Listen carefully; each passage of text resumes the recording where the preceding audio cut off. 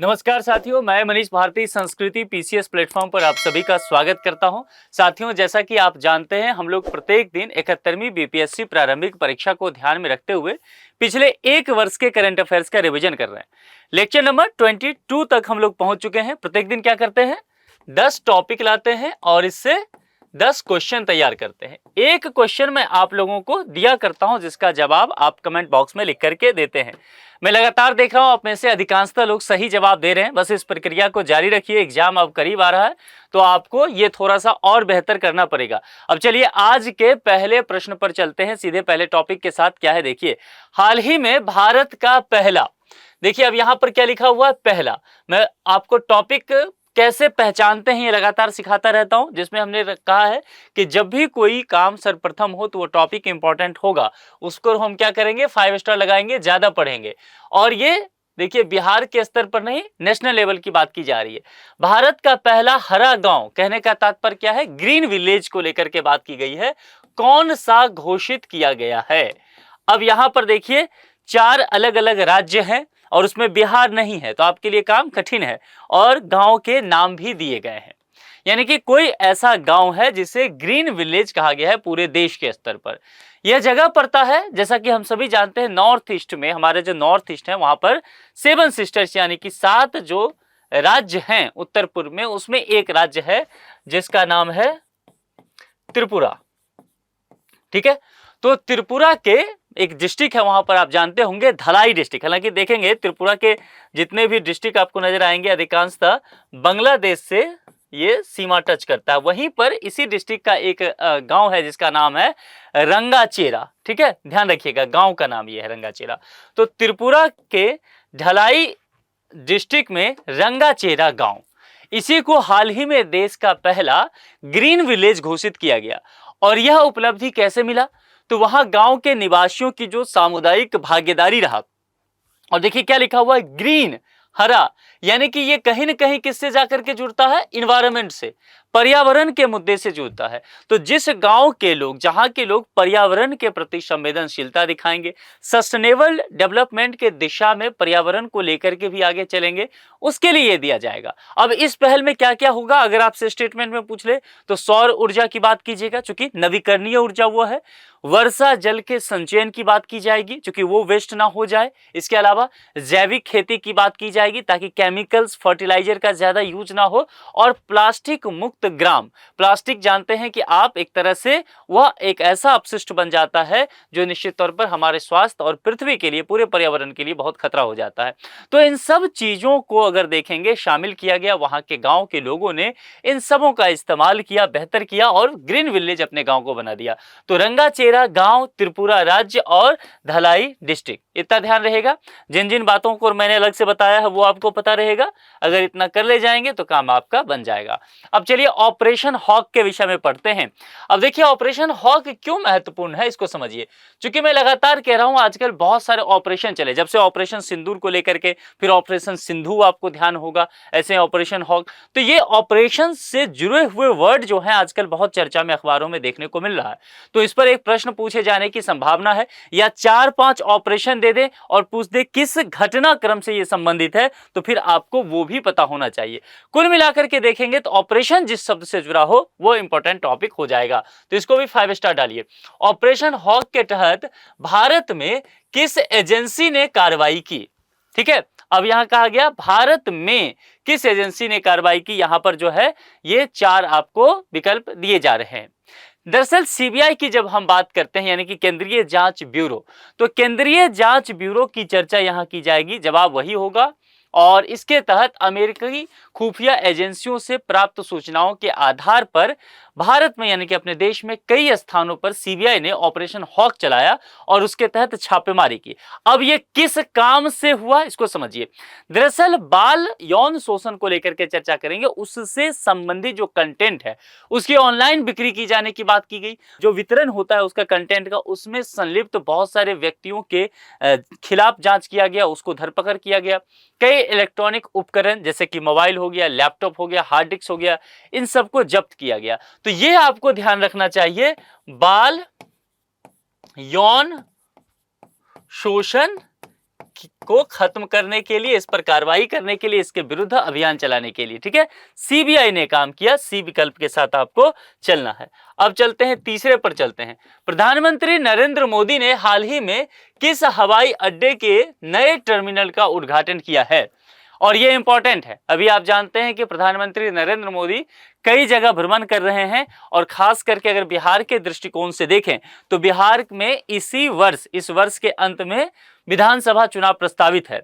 तो इस बात को ध्यान में रखते हुए मैंने आपको पहले भी कहा था कि राज्य में जब जब विधानसभा चुनाव आया है और उस वर्ष एग्जाम जो हुआ है तो उस वर्ष देखा गया है कि सरकार जो कल्याणकारी योजना या कार्यक्रम प्रोग्राम्स लाई है, शिलान्यास उद्घाटन हुआ है, उन चीजों का, उस कंटेंट का उस एग्जाम पर ज्यादा प्रभाव देखने को मिला है। तो इस बार भी यही करना है। जितने भी शिलान्यास हुआ है, उद्घाटन हुआ है, नए प्रोग्राम हो, योजनाओं हो, मुख्यमंत्री कोई घोषणा कर रहे हो, कैबिनेट में कोई मीटिंग हुआ हो, कोई चर्चित व्यक्ति हुआ है, प्रधानमंत्री मुख्यमंत्री जो उद्घाटन किए हों, इन तमाम चीजों पर पकड़ बना लीजिए, क्योंकि यहीं से आपको 10 से 15 प्रश्न आ जाएगा करंट अफेयर्स का। आप देख लेना, मैं आज बता रहा हूं, क्योंकि हमेशा ऐसा हुआ है, चुनाव के समय ऐसे प्रश्न आए हैं। अब यहां पर आज का भी जो प्रश्न है वह आपको बिहार से ही संबंधित है। अब अगर बिहार से संबंधित है ये प्रश्न, किस हवाई अड्डे का, तो देखिए वाराणसी बिहार में है, कट, गुवाहाटी है, खत्म, रांची बिहार में है, खत्म, एक ही तो है पटना। जवाब आपको मिल गया। मतलब आपको हवाई अड्डा का नाम भी पता नहीं है, कुछ भी पता नहीं है, केवल ये पता था स्टेट विधानसभा चुनाव है, इस तरह की कार्य हुए हैं। तो देखें विकल्प के आधार पर आप समाधान ढूंढ लेंगे। दोस्तों ऐसे प्रश्नों की संख्या 10 तक रहता है बीपीएससी में, जिसके लिए आपको ज्ञान की आवश्यकता नहीं है। तो ये पढ़ करके सीधे छोड़ के भाग नहीं जाना है प्रश्न को कि यार मुझे तो आता ही नहीं। विकल्प पे दिमाग लगाइए, वहां ऑप्शन से बन जाएंगे। ठीक है, अब समझते हैं, यहां पर थोड़ी इसकी जानकारी ले लेते हैं। 29 मई 2025 को प्रधानमंत्री नरेंद्र मोदी बिहार की राजधानी पटना में स्थित जयप्रकाश नारायण अंतर्राष्ट्रीय हवाई अड्डा, आप सब जानते हैं, वहां एक नए टर्मिनल को बनाया जा रहा था और बनकर के तैयार था। तो 29 मई 2025 को ये उसका उद्घाटन करते हैं। ये टर्मिनल जो है अंतर्राष्ट्रीय यात्रियों के लिए उच्च स्तरीय सुविधा देने के लिए संकल्पित है। तो जयप्रकाश नारायण अंतर्राष्ट्रीय हवाई अड्डा कहां पर पड़ता है? पटना। इसके नए टर्मिनल का उद्घाटन प्रधानमंत्री नरेंद्र मोदी के द्वारा किया गया। आगे बढ़ जाएं। पहली एशियन इंडिया क्रूज वार्ता का आयोजन भारत के किस शहर में किया गया? आपको शहर पूछा गया है। आयोजन देखिए क्या है, एशियन इंडिया क्रूज वार्ता। ठीक है, अब देखिए क्या लिखा हुआ है, पहली। मामला समझ में आ गया? ये इंपॉर्टेंट कितना है? 5 स्टार। ऐसे समझना है, हमें सबसे पहले टॉपिक को देखना है। टॉपिक को समझ गए तो काम बन जाएगा। अब देखिए इस जो वार्ता की चर्चा की गई है, इस वार्ता का आयोजन दरअसल जो हुआ है वो यहां लिखा हुआ है सी में, चेन्नई। और चेन्नई कहां पड़ता है, किस राज्य की राजधानी है? तमिलनाडु। ठीक है, अब यह भारत का ये शहर जो देखेंगे भारत का प्रमुख बंदरगाह पड़ता है। समुद्री कनेक्टिविटी के क्षेत्र में रणनीतिक महत्व को दिखाता है और इस बात को लेकर के एशियन इंडिया क्रूज वार्ता हुआ चेन्नई तमिलनाडु में। इतना ध्यान रह जाएगा। चलिए आगे बढ़ जाते हैं, 5वें पर चलते हैं। Imperial games in Tibet, the struggle for statehood and sovereignty पुस्तक किसने लिखी है? ठीक है, अब देखिए तिब्बत को लेकर के चर्चा चल रहा है। दलाई लामा को लेकर के काफी चर्चा चल रहा है कि दलाई लामा के उत्तराधिकारी कौन होंगे। चीन इस पर बहुत तरह की आपत्ति जताता। अब इन सब चीजों के बीच में एक पुस्तक लिखा गया है तिब्बत को लेकर के। अब यहां पर इसीलिए टॉपिक इंपॉर्टेंट होगा। यह पुस्तक दरअसल दिलीप सिन्हा है, जो भारत के पूर्व राजनयिक हैं, संयुक्त राष्ट्र में भारत के अस्थायी प्रतिनिधि भी रह चुके हैं, उनके द्वारा लिखा गया है। बी विकल्प के साथ चलेंगे, दिलीप सिन्हा।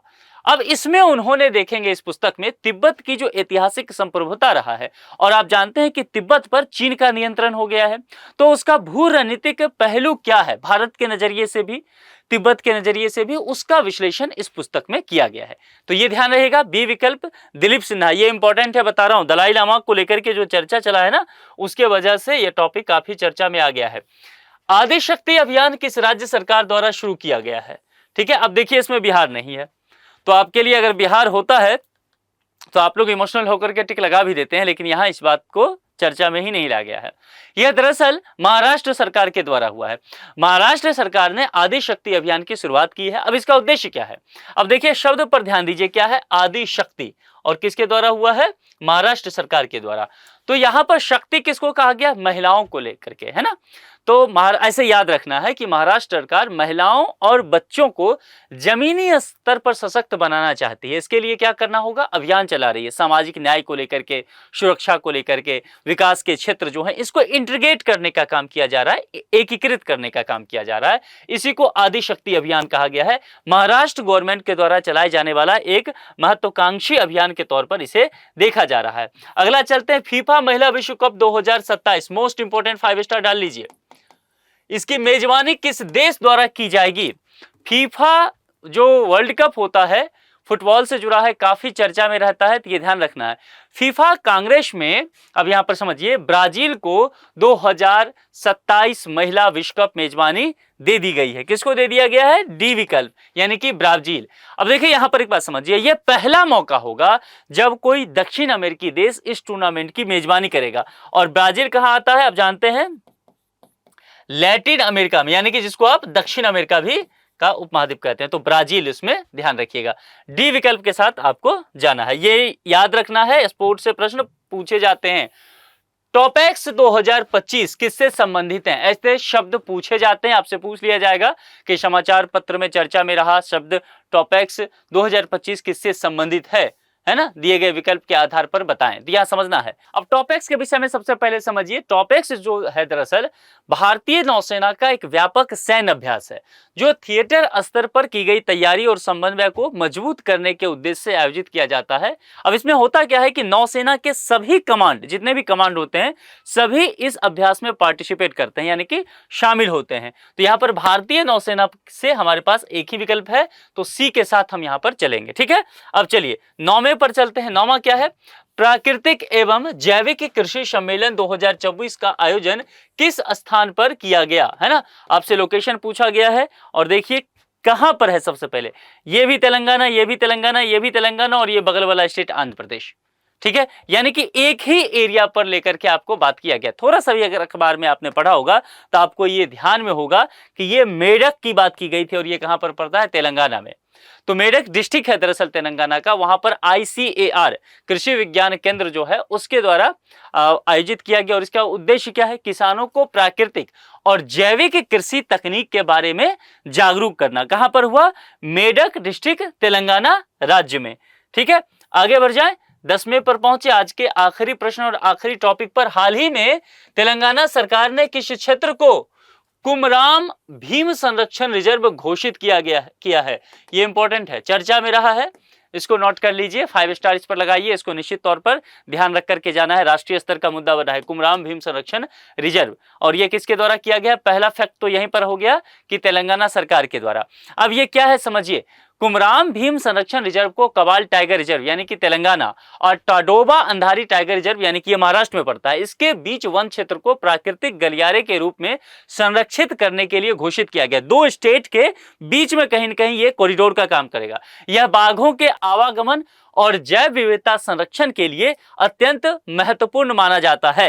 तो यहां पर सी विकल्प के साथ चलिएगा, कबाल टाइगर रिजर्व और टाडोबा के बीच का ये क्षेत्र है, ये कॉरिडोर बनाएगा, इसके लिए यहां पर कुमराम भीम संरक्षण रिजर्व बनाया गया। ठीक है, बाघ जो होते हैं ना, जो टाइगर्स, उसका आवागमन हो सके, उसका शिकार ना किया जा सके, या ट्रैफिक में कार से धक्के ना लग जाए, इन सब चीजों से बचाने के लिए, जैव विविधता को संरक्षण करने के लिए ये सारे काम जो है यहां पर किए गए हैं। अब चलिए आज का आखिरी एक प्रश्न जो आपके लिए है, निम्नलिखित में कौन सी लोक नृत्य शैली बिहार से संबंधित है? लोक नृत्य और वो बिहार से संबंधित है। गरबा, छौ, झिझिया, कुचिपुड़ी।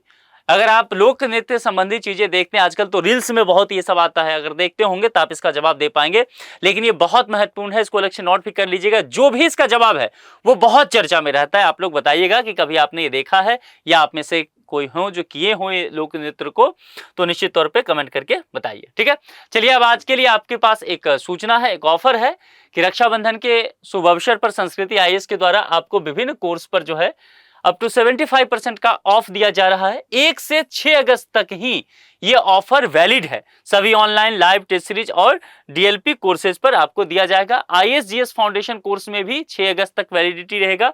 विभिन्न कोर्स पर मोर देन 60% तक का ऑफ देखने को मिलेगा। विभिन्न PCS फाउंडेशन कोर्स की चर्चा करें तो चाहे वो यूपी हो, बिहार हो, एमपी हो, राजस्थान हो, सभी पर 60 से 75% तक का ऑफ आपको देखने को मिलेगा। वैलिडिटी 1 से 6 तक ही है, इसका भी ये ध्यान में रखना है। इसके अलावा यूपीएससी और यूपी पीसीएस फाउंडेशन कोर्स अगर मर्ज करके कोई लेते हैं, इनके लिए जो कोर्स दिया गया है उसमें भी देखेंगे 50% से 70% तक आपको ऑफ देखने को मिलेगा। इसके अलावा आरओ का जो लोग भी प्रारंभिक परीक्षा दिए हैं और जिनको मेंस का कोर्स लेना है, तो देखेंगे फी अभी बेहद कम है, मोर देन 60% ऑफ आपको देखने को मिलेगा, 2,999 मात्र। तो आप मेंस का कोर्स अभी से आरंभ कर दीजिए, ये इंतजार नहीं करना है कि 1 महीने बाद जब रिजल्ट आएगा तब सोचेंगे, फिर विलंब हो जाएगा। ऑप्शनल कोर्स का देखेंगे, ज्योग्राफी और हिस्ट्री इसमें दिया गया है, इसमें भी आपको 50 से 60% तक ऑफ देखने को मिल जाएगा। इसके अलावा चाहे वो एसए कोर्स हो, एनसीईआरटी कोर्स हो, जनरल हिंदी, इन तमाम कोर्स पर भी आपको 75 to 80% का ऑफ देखने को मिल रहा है। और ये सारे कोर्स जो हैं 1 से 6 अगस्त तक ही वैलिड है। अब इन तमाम कोर्स के विषय में यदि आपको अधिक जानकारी चाहिए, कॉन्टैक्ट नंबर दिया गया है 9555124124, या फिर sanskritis.com पर विजिट करके ये तमाम जानकारी लीजिए और अपने मनचाहे कोर्स में ऑफर का लाभ उठाते हुए नामांकन ले लीजिए। बस ध्यान रखना है कि 6 अगस्त तक ही आपको इसका लाभ मिल सकता है, तो थोड़ी सी तत्परता आपको दिखानी होगी। आज के लिए इतना ही। आप लोग की तैयारी कैसी चल रही है, ये कमेंट करके हमें जरूर बताइए। अपना बेहद ख्याल रखिए। जुड़ने के लिए आप सभी का बहुत बहुत शुक्रिया। Thank you so much.